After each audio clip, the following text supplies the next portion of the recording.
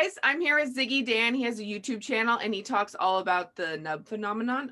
Well, he shows a lot of that from all over the world, and he does a lot of ancient history, mystery kind of research. So hello, Ziggy. Hi. Okay, so could you paraphrase or explain what the Nub theory or phenomenon is? Well, for me, I think it's a Mason's code, an ancient Mason's code that was shared across the world in a civilization that we can't find anymore, but we can find traces of it. So I think the nubs are from the Tower of Babel onwards. Well, for me, I first started looking at them online because there's a handful of you guys who seem to give examples of them all from all over. But what's interesting is, like the first I would see them like in Peru, and I would just think that they were used as notches to fasten something on at some point. But then it gets a little weird when you start basically seeing them all over the world on even finished surfaces, like in Angkor Wat or places in India or something where you're kind of in Egypt where you're going, I don't think they would have had anything faceted to this particular ornate wall or something. So what was it about, like, what was the first one that kind of made you go like, wait, there might be something here? I think probably watching Brian Forster about 5 years ago, one of his videos in Cusco, where he's walking down the street where the big massive megalithic stone work, polygon stonework, and you can see them all over it.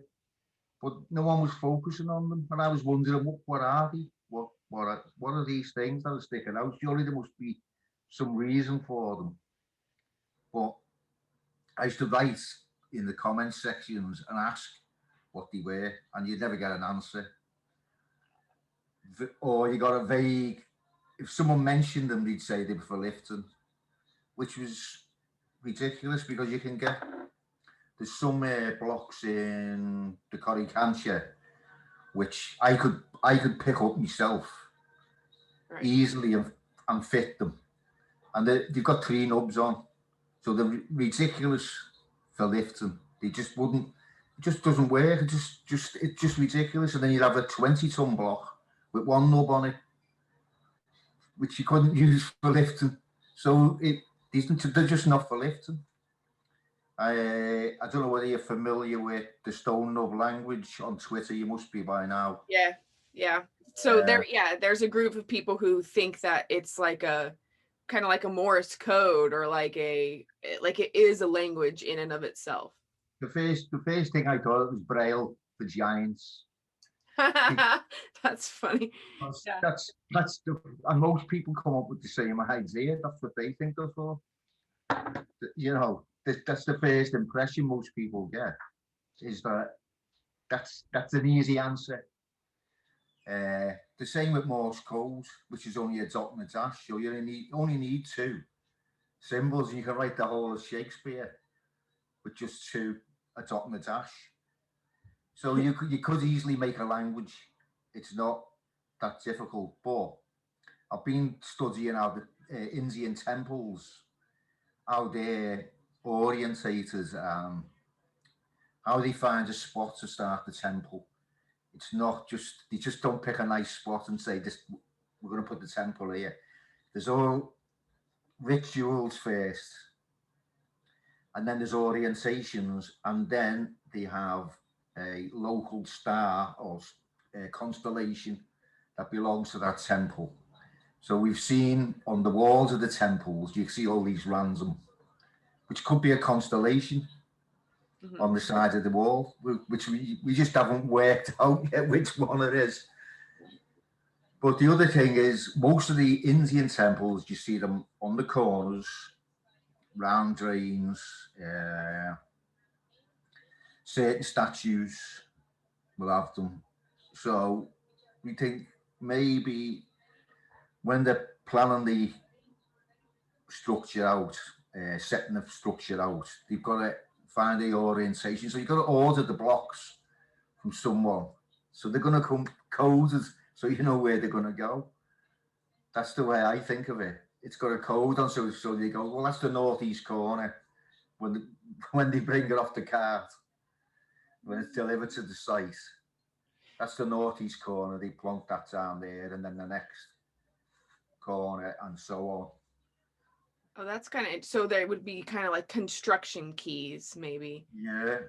Well, it's the same now. If we're building something on the site, if when it gets delivered, it's coded, so we know where a metal stanchion's going to go here, and the next one's going to go there, and they've got codes on, so they fit in the right place. That's true. I mean, you have it like definitely like that with IKEA furniture too. It'll be like, okay, this arrow points this way, this would go, yeah. But the problem, or the thing that I think is odd, is that they'll be on the top of really finished surfaces. Like they'll be exposed to a place that would have been very visible, which is kind of bizarre. Yeah, which is like if you look unsightly on a lot of temples because they just stick out, amongst all the statues and carvings and everything, and you see a big blob sticking out the wall. You gotta ask yourself, why didn't they chip it away? Right.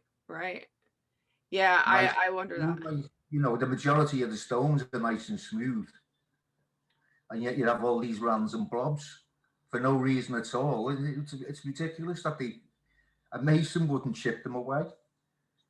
And you've got to, I mean, how they're made is another thing, because we get hardy geopolymer, therefore Right. it's in the mold. The mold, yeah. Poured into the mold, and what the blob, the nub is for, it could be to stop a vacuum, so you can get the stone out of the mold. Right. So yeah, but then you're kind of like, well, then why didn't they file it off or file it down? They still, yeah. It's just, it's a mystery for sure. I mean, there's got to be a reason for them to be left on. I don't think it's. Yeah, like I had these braces like when I was younger, and they were the Invisalign. They weren't the metal braces, they were those plastic ones, and they put all these little ceramic nubs on my teeth, right? And then like there would be positioned either higher or lower on my teeth, and then the plastic would fit over it, and then they would kind of move things up and over and shift. But they basically acted as some kind of fastener, like they fastened the plastic more over. So like I have thought of them as being casements for or for first, maybe like there was like gold plated walls on some of these structures, and like that was how they were. Definitely. But the problem with some of that though is it's very random. Like you'll see a temple and there'll just be like one nub on one side of the wall, and that's not going to hold anything. No. So again, you're back to, well, there goes that. Yeah. And the thing is, the other one, especially the Coricantia, where I've just been reading a document about a researcher who's looking for the shadows of, the windows they have in the Coricantia, or niche. People call them windows, but they're obviously not windows because you can't see out of them. But there's nubs close by. So this researcher is looking for where the sun shines on a certain day, obviously equinox or auspicious days of the year, and they don't match up. The sun doesn't shine in the niches, but it's closer to the nubs. So whether it's the nub we should be looking at and not the niche, or the planet shifted, and that's why they don't match up anymore. Well, there could be that too. Yeah. Yeah, so they could be maybe some kind of calendar. Yeah. So for where are they found all over the world? Because that's what I've kind of getting at. Well, they've got them in South America, Central America, uh, Angkor Wat, Asia, Cambodia, India, Europe, all over Europe, Middle East. But we don't find any in North America, which is basically you can't find any structures, old structures in North America. There's very, very rare you'll find a structure. Where they all are now, I don't know, but there probably was some somewhere. Yeah, I'm in Texas. There's nothing here. I mean, Yeah, right, right, yeah. But you've got a. I mean, I know there is some buildings that have been built by Indians back in the yeah, past. you got like Chaco Canyon in New Mexico, which is Yeah, pretty impressive, and yeah. there's some cool ruins, but Galena Canyon is interesting and all. That place, Galena Canyon. Yeah, but we don't see nubs on them, on them. And the other mainstream say they're for lifting, or they're an artifact after this. When you split the stone, it's yeah, because you haven't cut down far enough, so you're leaving the stone, and that's leaving the nub. It's breaking, but then there's a gap in the middle of two nubs, which is it's just impossible because it would break in a almost jaggedy line across the bottom. If you saw down so far and then leave the stone, you'd have a jagged line. You wouldn't have two nubs. It just wouldn't work. It just doesn't work. Splitting stones doesn't leave them. I've checked hundreds of hours of videos of people splitting stones, and there's not a single nub yet I've seen. yeah, that's true. So I rule that out myself. As it's just impossible for it to have come from that. Plus, then again, why doesn't the mason just shave it off? Right, like because they are kind of not good looking. Like a lot of them are in places where you're like, Mostly in India, you find them on foundations, the foundation blocks, and maybe the next set of blocks up, you'll find them there. And then maybe around the corniche, but higher up, you don't tend to find them unless if you have a look and if you see the stone that's got cement around it, you know that it's been built, rebuilt, or remodeled. So they took nub stones, probably from debris from other temples, and used the nub stones to fill in the wall. right. I see. Yeah. That's going to throw anybody who's looking for a language or anything because they put them in a random order now. Yeah, so they're definitely of the megalithic culture, though. Yeah. I mean, because they are found on the bases, and they are more of like the older, bedrock stone.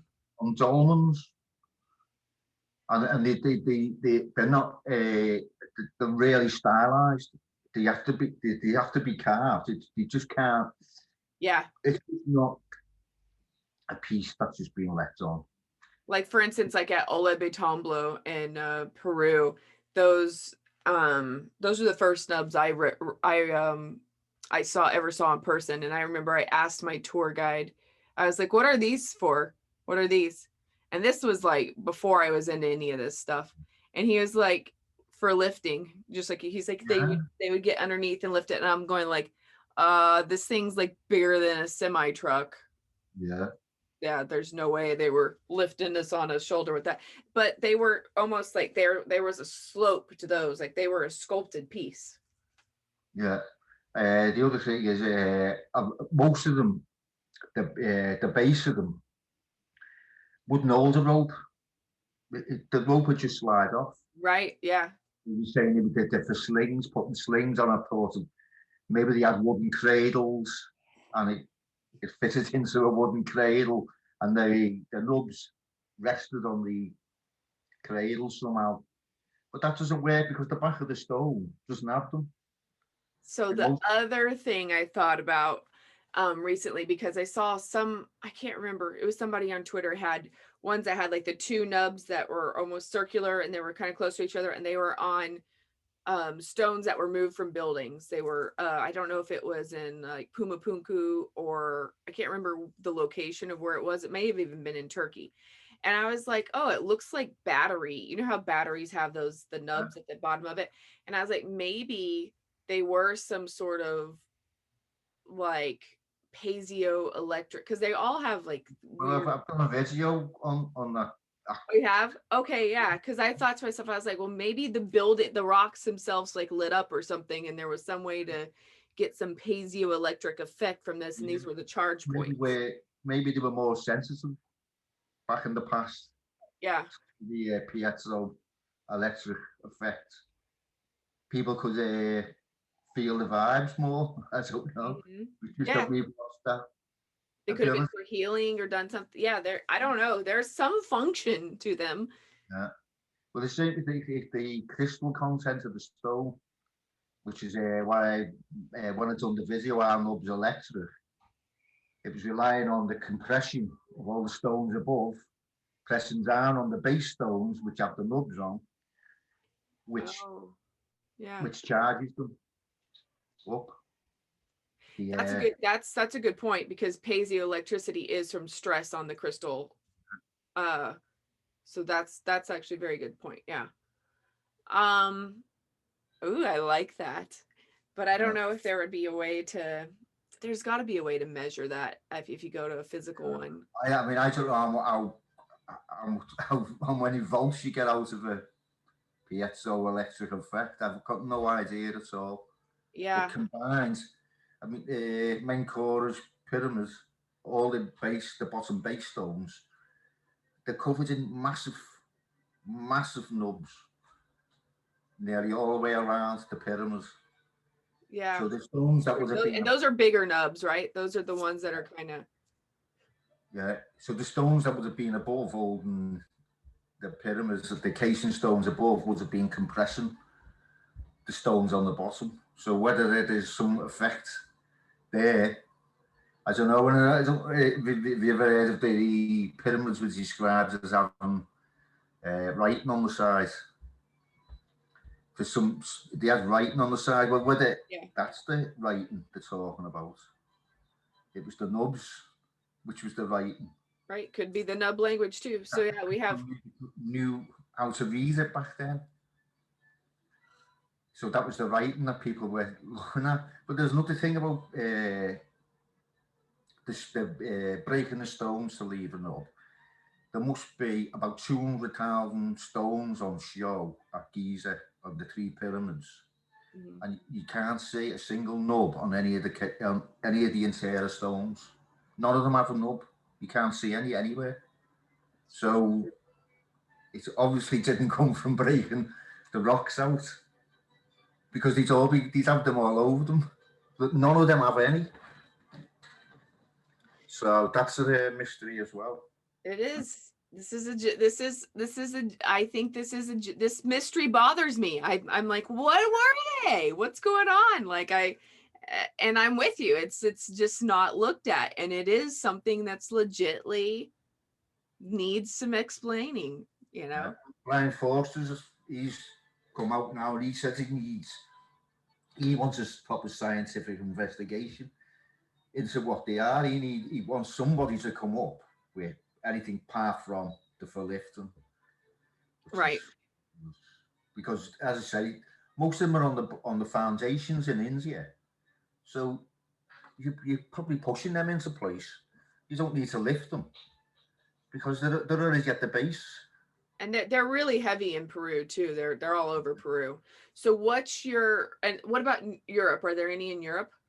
Yeah, on a menhir, the largest menhir in Europe, has got a nub on the side of it, a standing stone, which is about 35 foot tall, Okay.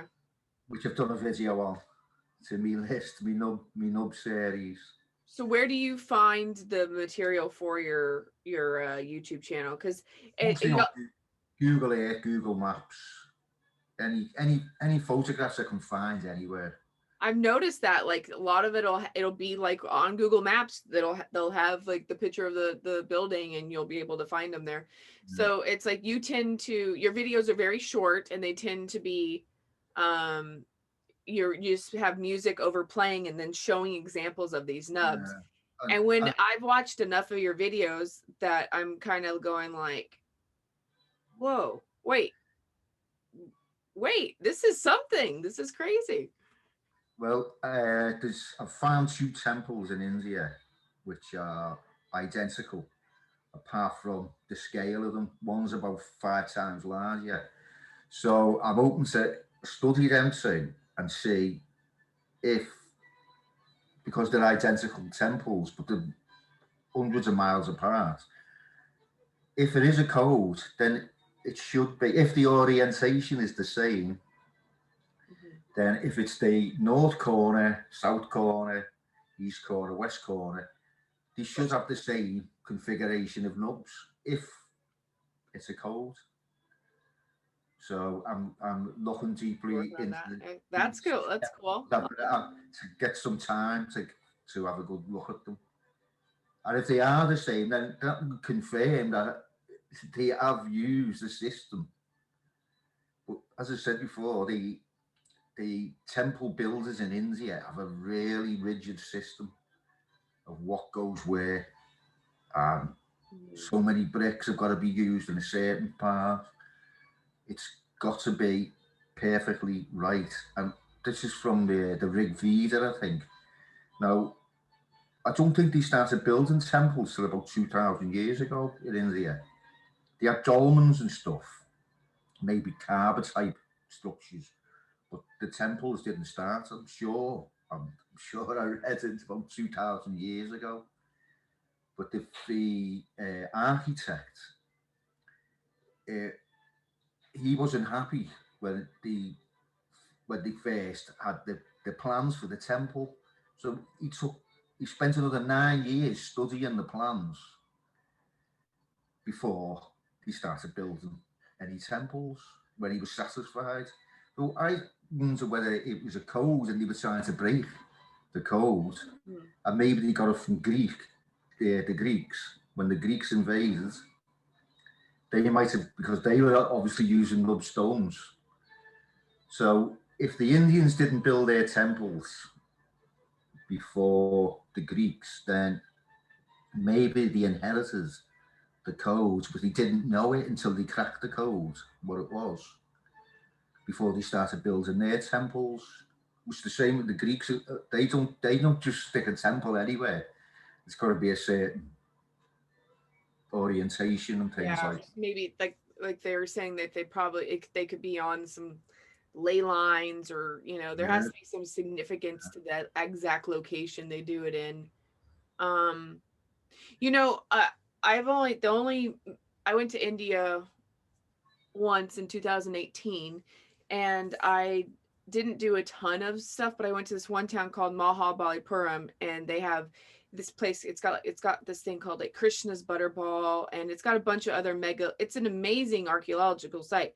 They've done zero research there. There's no signs or anything. They just let it. It's like a park. Like people go in and eat picnics around it, and there's no excavate. Like there's not really any, the place is amazing. It could be like a national, like a World Heritage site, but of course it's nothing. I mean, there's cows literally sitting all over the place in it, like wild cows.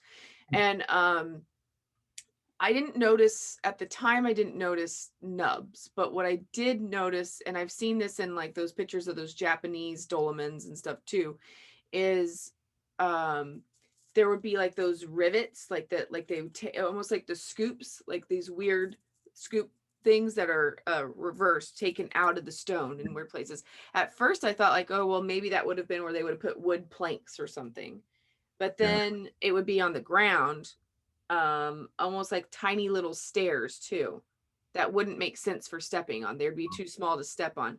So I'll put some pictures in here of what I'm talking about. But I also remember thinking like, what is this? Like, and this was older. They don't have any dates on anything in India. They don't say like when this one was built, or yeah. they're just like it's old. Yeah. Well, I look on Google Maps and that. You have, some people will put some history of uh, what they think, what year it was built, and that, other people on the same thread dispute it and say no, they're wrong. It was built such and such a time. Yeah. But you can sometimes see some of the temples. Part of them were built years before, and then there's extras added on Yeah. years later from a different culture or a different design. They don't match. They look odd. You can just see that they're odd. They just don't look right. And as you say, Warangel Fort looked like a complete wreckage. The place. It looks like a stonemason's yard. Someone set a bomb off in a stonemason's yard, and then they've collected all the good bits together and built a few temples, which is something that for tourism, and especially in Europe, people find artifacts, columns, bits of columns and parts, drag them to what used to be a car park, and then tell people that it's a temple that they found. It's a complete fake. It's just they've made it up in the area to try and attract tourists.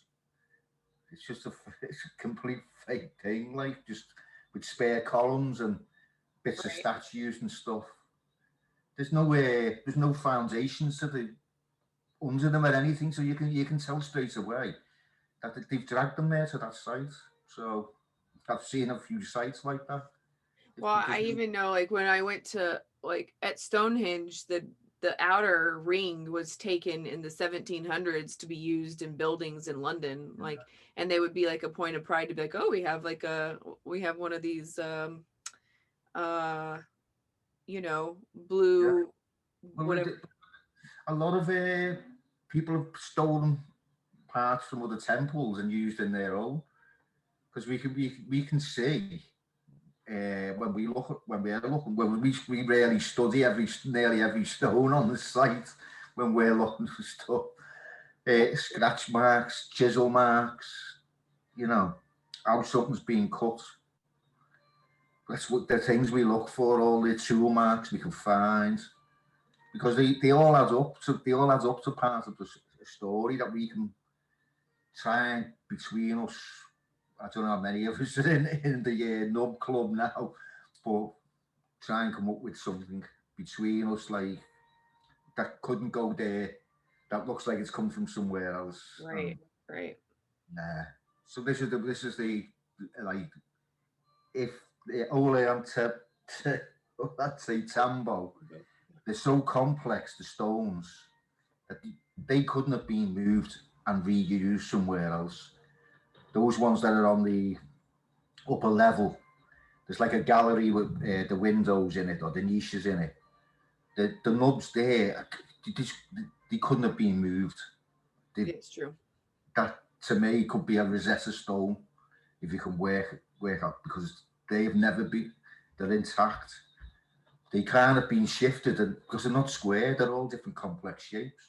They are in different placements on the stone too. It's not all uniform at the bottom, like they're different placements, and and they are on such big base stones that they wouldn't have been able to be moved. So you're right with that.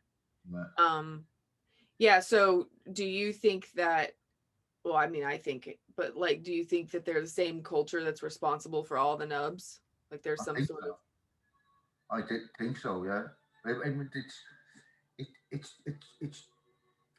it's so widespread on different continents that it can't be a coincidence that it's just happening. Yeah. There's got to be a plan somewhere along the line for me. There's something plans with them. They use them for something. And I think maybe it is positional things, directions, and the compass directions and things like that. That's the only thing I can think of that I'd definitely say, yeah, I'll hang my ass on that one. Okay, cool. So what do you have planned for what's your things you're working on with your YouTube series right now? Well, as I say, I'm studying the Indian temples. I'm going to focus on these two temples and see if I can find where the nubs match on these two temples.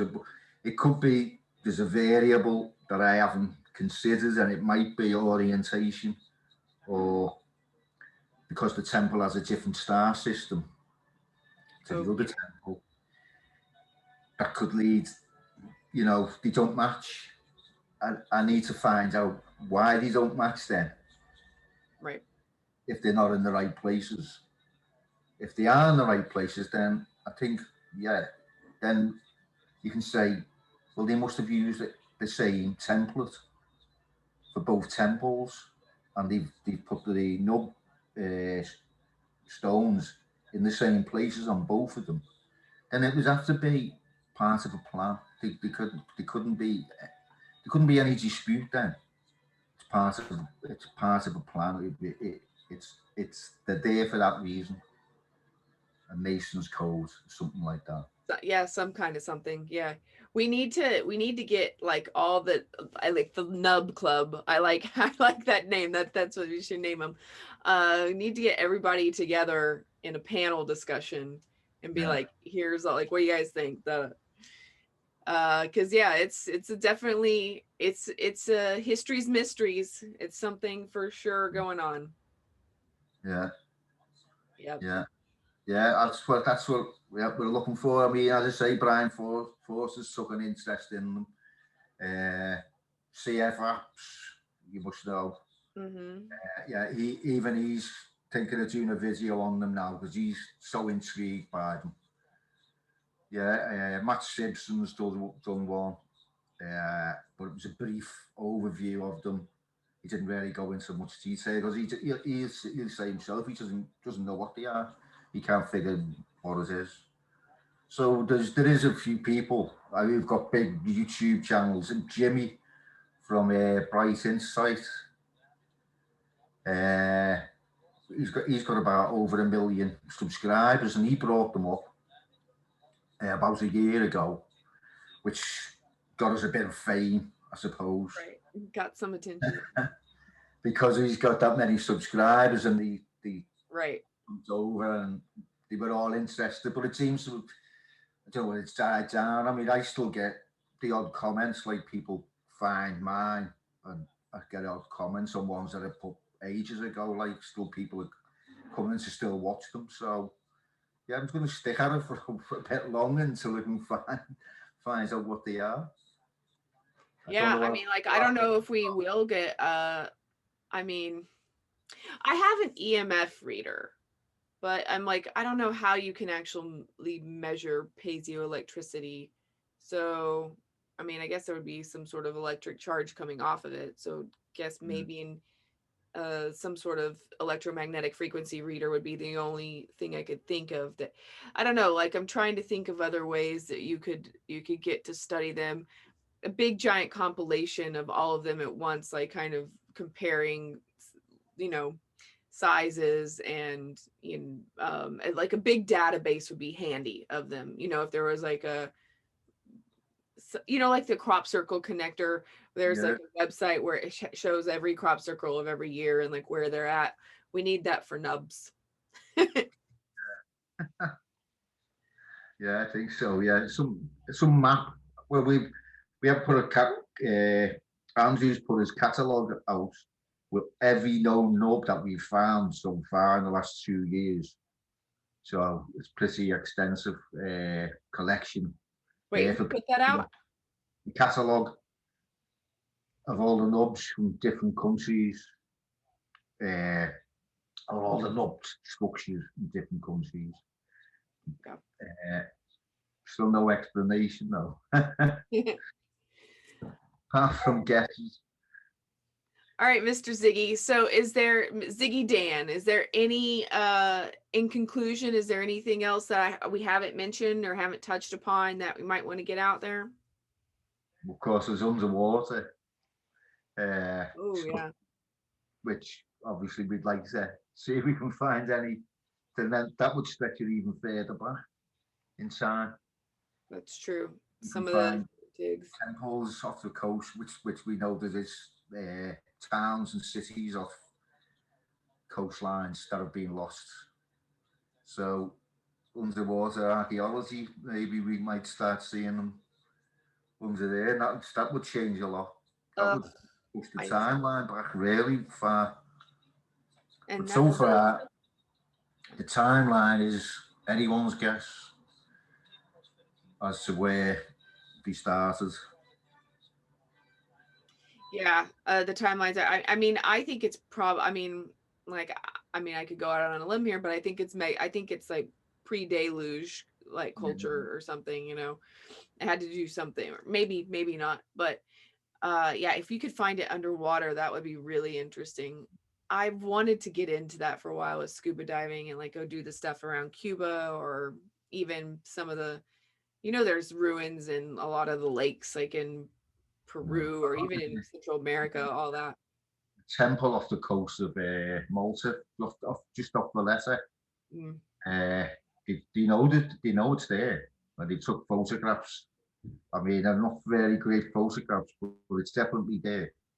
So how long ago that must have been built before the sea levels rose around Malta? So that's got to be, you know, yeah, that's got to be super old. Yeah, it's got the hydrodium down there. Yeah. So anyway, that's fascinating for me. I have a little bit of like scuba diving issues with my ear pressures. Otherwise, I'd be all about that. But I might try to figure out how to get around that, because I figure no one's gonna do it. You got to do it yourself. Well, there's drones. You can get an underwater drone now. Oh yeah, I bet you could. Yeah, they're going to be a lot cheaper now because they're becoming they're more popular, so people are using them, so the price is coming down. The same as the flying drones. Yeah, you can pick them up now for not a lot of money, not a great deal of money, decent ones. So the same with the underwater ones. You'll be able to send it down, I suppose, on a tether. Make sure you get it back. Right. Yeah. Have some like lights attached to it, video what's going on down there. That'd be awesome. Super cool. All right, Mr. Ziggy, this was awesome talking to you. So yeah, so tell people where they can find you. Yeah, YouTube, Ziggy Dan channel, or on Twitter, same name. If anything you want to know, yeah, contact me in the comments or get on Twitter and ask me, and the rest of the gang will all be there. If I'm not there, they'll be there 24/7, 365. There's somebody there from the Nub Club who'll answer or show you something. Something awesome. Okay, well, thank you. Thank you so much, Ziggy. This has been really fun. Yeah.